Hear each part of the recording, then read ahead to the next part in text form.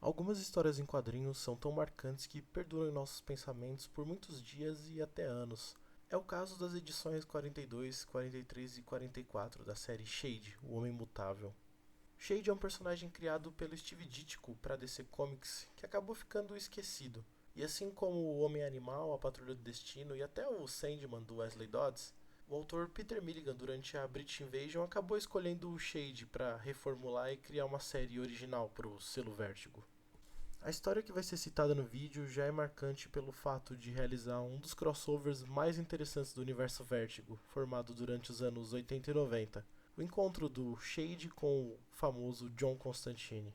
Nesse momento da história, o Shade possui um hotel nos Estados Unidos onde mora junto de duas mulheres, a Cat, que está grávida dele, e a Lenny, que é uma amiga e às vezes amante da Cat. Eles estão no hotel e aparece um homem misterioso chamado William. Logo depois disso, o quadrinho passa a narrar o John Constantine.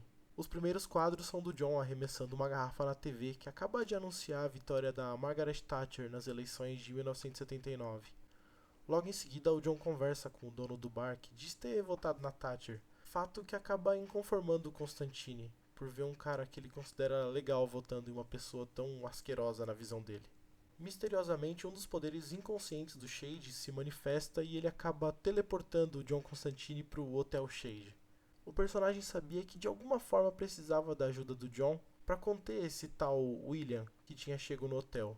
Esse homem estranhamente retrocede o tempo para tudo e todos que estão ao seu redor. Lâmpadas vão virando velas e etc. E o personagem aos poucos acaba transportando Shade, Constantine, a Cat e a Lenny para algum momento do século XVII, durante a caça às bruxas. Quando eles começam a transitar naquele lugar, eles descobrem que o William, na verdade, é o líder de uma seita que caça bruxas, portanto incendiando o povo contra diversas pessoas que destoam minimamente dos padrões estabelecidos na sociedade da época, inclusive contra as recém-chegadas Cat e Lenny. E bom, quando eu li essa história a primeira vez, e até recentemente me vinha na cabeça que o William, como um líder retrógrado, pudesse ser um fator determinante para levar outras pessoas a ideias retrógradas. Apesar do líder ser uma grande influência, não é o que os estudiosos do fascismo, por exemplo, citam como fato relevante para explicar um fenômeno desses. Inclusive, estudos focados na ascensão do fascismo não evidenciam o líder como responsável pelo que aconteceu. Ele acontece, mas como um sintoma, um aspecto do caldeirão político e social que gerou aquilo. Porque, por exemplo, tanto Hitler quanto Mussolini não atingiram o poder por meio de um golpe de Estado, mas tudo aconteceu por meio de processos, em que os líderes fizeram parte e que acabou culminando dessas duas figuras carismáticas em específico ascenderem. O fato de ambos serem líderes não determinou exatamente o nascimento e a ascensão do nazifascismo na Europa. Inclusive é interessante que o quadrinho segue o tempo todo cutucando a ascensão de ideias retrógradas e a supressão de direitos por meio de argumentos irracionais e estúpidos. Quando eles chegam no século XVII, o Constantine e o Shade acabam ficando sozinhos e eles têm uma conversa sobre a questão da gravidez da Cat.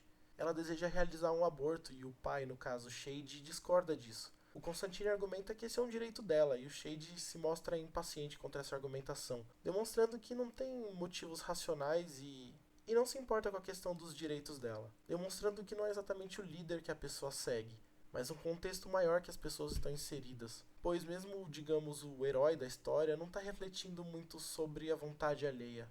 E a história segue no século XVII e a população está fervorosa para caçar mais bruxas. William, como líder daquele contexto absurdo, retroalimenta ideias ignorantes em todos, como uma imagem inspiradora de homem santo que procura extinguir o mal do mundo.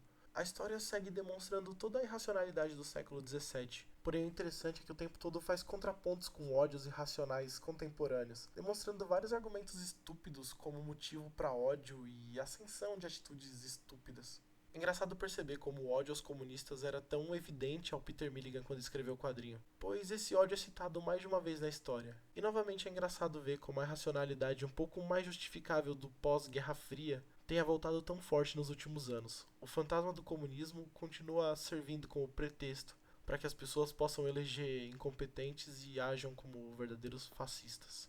Durante a história, William vai tentar enforcar a Cat e a Lenny, acusando elas, obviamente, de bruxaria. Porém, o Shade e o Constantine consegue salvá-las. E no momento que Shade tem a oportunidade, ele mata William com um tiro na cabeça, dizendo que não se arrepende, pois Ele apenas continuaria espalhando mentiras, matando e torturando pessoas. Ou seja, uma argumentação até sobre a questão da retroalimentação entre o meio e o líder. Lembrando inclusive as teorias de Le Bon e Freud em A Psicologia das Massas e Análise do Eu, que diz que enquanto o líder serve mais como um sintoma do problema, ele no poder em algum nível retroalimenta o que acendeu ele ao poder, pois as pessoas o enxergam como alguém capaz de realizar seus desejos, ou mais próximo do que desejam. Os contextos sociais e políticos variam e vários acontecimentos geram novos momentos em que, infelizmente, uma possível irracionalidade volta a ascender no mundo. Não é exclusividade de países como o Brasil ou os Estados Unidos estarem elegendo líderes que flertam com teorias da conspiração e irracionalidades que seriam piada talvez há 10 anos atrás. O mundo todo, depois de uma série de fatos, está em um momento estranho da sua história.